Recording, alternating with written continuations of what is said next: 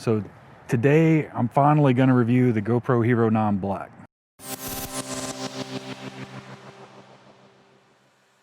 My name is Billy Busby and we are nearing up on the end of Vlogtober.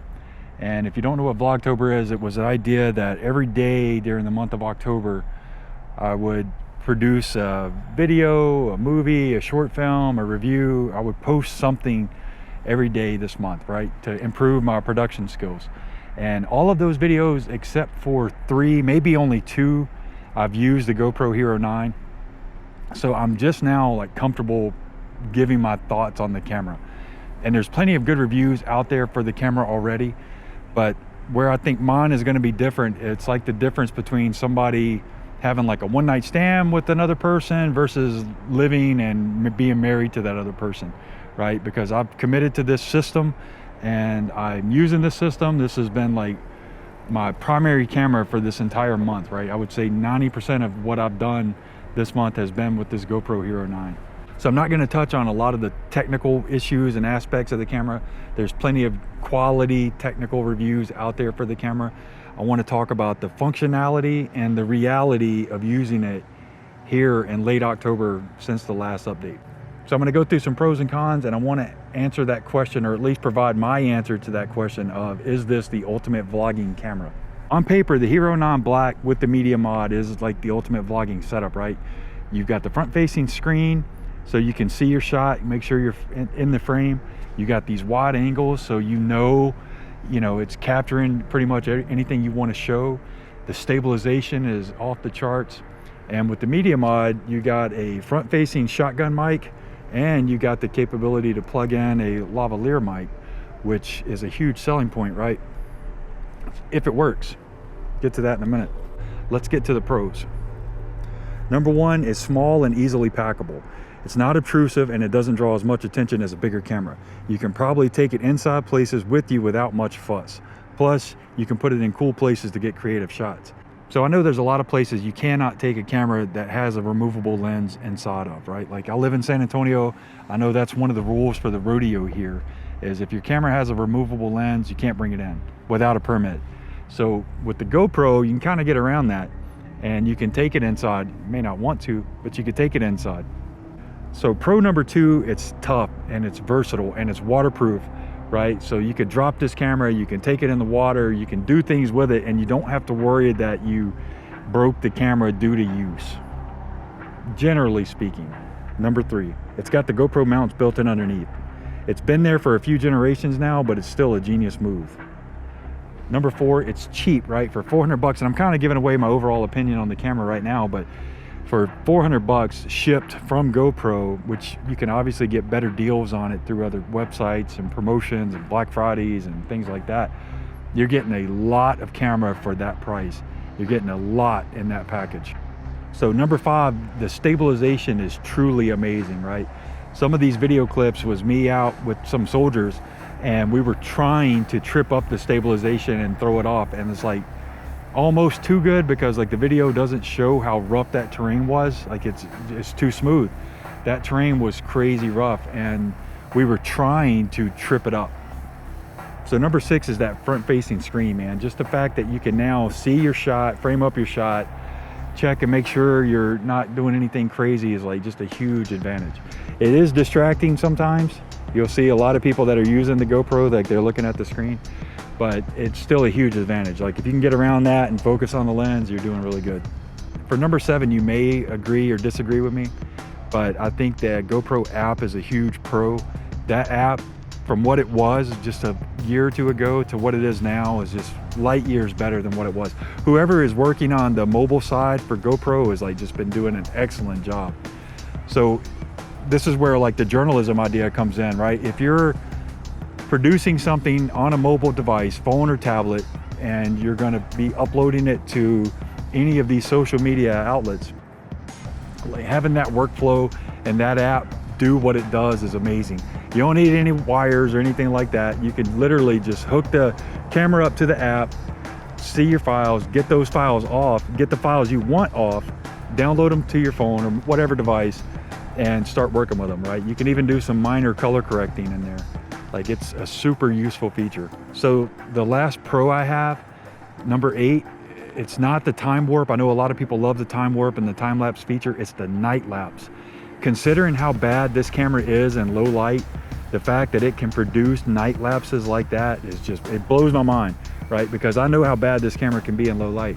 And all I did on these shots is literally found out it had night lapse, put it in a spot and hit record. That was it. And we had tried to do this before with the GoPro Hero 4, and everything's like super small and minuscule. You can't see it, and completely underwhelming. This is completely overwhelming.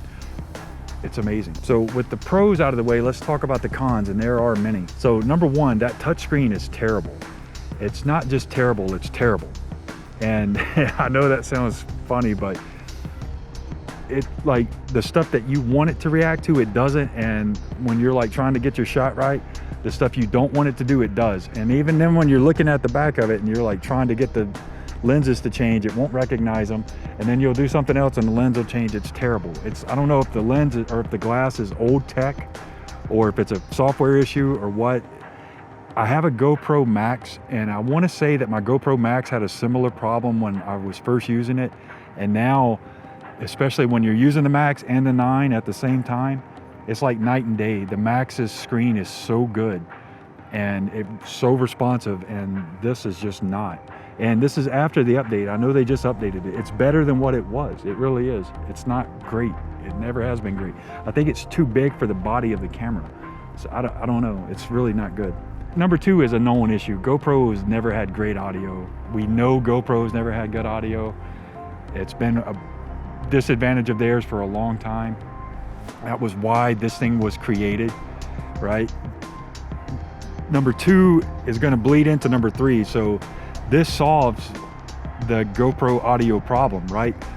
But this broke for me 7 days after I got it. It was broke, right? It really broke before then, but it was still functioning, and then it completely broke. And I contacted customer service. This has been 3 weeks ago, more than 3 weeks ago. And I contacted customer service about it the day it broke, and it's 3 weeks later. This is still the broke one. The issue has not been resolved. They admitted that it was wrong. They admitted that this is malfunctioning. This is not how it was designed to operate. And I'm still sitting here with a jacked up media mod, doesn't work. So I've spoken with other people, even here in the YouTube community, about the media mod and my experience with customer service. I did a whole vlog on my experiences like that next day, because I had a similar issue that day with Amazon. So I don't want to get too much into the customer service issue. Just know that my experience with GoPro customer service thus far has not been exceptional. It hasn't even been okay. It's been bad. And I'm not knocking the people that work at the customer service centers. Those people have been friendly, they've been professional. It's the processes in place. You know, this thing broke 3 weeks ago. I'm still sitting here with it. They were going to ship me a box to ship this back. It's been 3 weeks. I'm still here. I'm sitting right here. And I still have not received a box, have not received any information from them. The customer service is not good. So the 4th con is these random quirks. And what I mean is sometimes you'll hit the record button on the GoPro and it'll just record for like 3 or 4 frames. And it won't let you know that it's not recording. You have to, now at least you can see the screen, right? My advice is if you do end up getting this camera, do a double or even a triple take to make sure that that thing is recording, because it has not happened to me once or twice. Every time I've used it, at least one of those clips has got 2 or 3 frames in it, and then the rest of the video is gone. And I know that there's been other issues with other people in the past where they've lost entire shows that they've recorded. It's gone, you know, it's a known issue.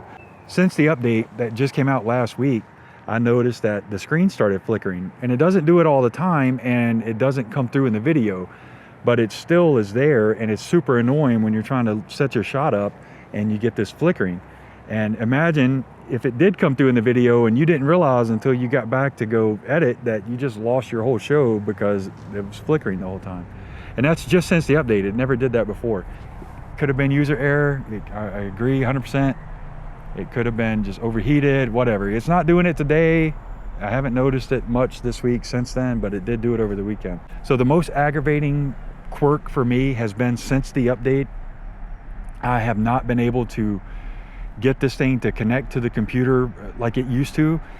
just as an example, when I would connect it before, you could connect it before you would sit down and grab your mouse. You were already, like, the files were there, you could see everything, even the clips were there. It was like super fast. And just the past like 4 or 5 days, anytime I go to connect the camera straight to the computer, I have to fiddle with it, like it doesn't want to recognize it, turn it off and on, pull the battery out. It's been a nightmare. So I'm hoping whatever that is, they fix going forward with it, because that used to be a pro to me and now it's a con. So the last of the major cons, it's not a great B-roll camera for stuff that's not action oriented. You know, so if you're just out doing like a vlog at a convention or something like that, it's going to be great for your A-roll talking head shots, right? But it's not going to be great for trying to get details and your B-roll and stuff like that for medium close-ups and things. It's not a new problem, it's a problem because of the wide. What makes it great, the wide angle, is what makes it not great at capturing B-roll, right? So the last one, and this is a pro or a con depending on your computer, is the 5K. I've done a couple of 5K clips and man, it just slows my computer down so bad. I think I did like a 20-second clip and it was 2 gigs. It's huge, right? These 5K files are gigantic, like way bigger than 4K files. I know it's like, oh, 5K to 4K, but it's noticeably bigger. And just know that going in, right? If you have an upgraded computer that's running, 5K gaming, you're probably not gonna have a problem with it, but ooh, those files are huge. So is this the perfect vlogging setup? I would say no, but it's a huge step in the right direction. And it can be a damn good vlogging setup with the media mod that works and everything working the way it's supposed to work. It could be a damn good vlogging setup. What it should excite you on is what GoPro is going to do going forward, because like every year they get better, right? It's noticeably better. Like I did not think the 9 was going to be that big of a step up from the 8, and it blew me away. It really did. It blew me away. Like in every aspect, it's been better. What I will say is one of the problems that helps make GoPro great, makes it a bad company to deal with or a frustrating company to deal with, is a lot of times they won't fix the problems with their current camera. They'll upgrade it to the next camera. So the GoPro Hero 10 will fix the touchscreen. It'll fix all these other issues, and it's like, oh, it's aggravating, but at least when they do that, they don't raise the price drastically, right? So, I mean, this is about the same price that you would have paid for a, GoPro Hero 5 or GoPro Hero 6. Like it's about the same price.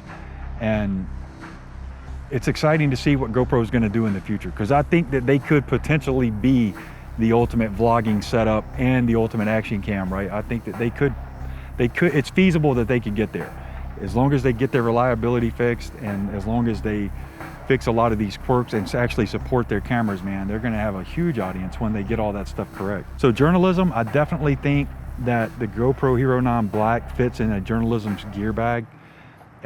Just because of that button, right? You could pull it out, as long as it's got a battery and a card in it, you could pull it out, hit the record button, and it's recording in 5 seconds. So you're rolling at least, right? So even if you've got a camera person with you while they're getting the big camera out and getting set up, and you could already be out and rolling with this, right? At least you're capturing something. It's not the be all end all, and I don't think anybody ever really thought it would be, but it has a place in a journalist toolbox. I know it sounds like a lot more cons than pros, but it really isn't, right? Even though there's more cons than there are pros, the pros outweigh those cons. So you're getting this super stabilized image, you're getting all these different formats, and you're getting a tough camera. It can go underwater, it can do all of this stuff. And it's amazing that you're getting all of that for under 400 bucks. And it's fairly reliable, right? Like we talked about some of the quirkiness to it, but you're getting a lot for your money here. Even with the quirks and the issues and things like that, they're gonna fix most of it, right? Some of these problems are gonna be resolved. It's not the be all end all. I don't think they've made it to be the be all end all, but I do think you're getting a lot for your money with this camera. So that's it, man. Thank you guys so much for watching these videos. Take a minute, if you like what I'm doing here, check out a couple of my other videos on the channel. If you like those, consider subscribing. We're trying to, get monetized here eventually, so that's the plan. But other than that, man, take care, peace.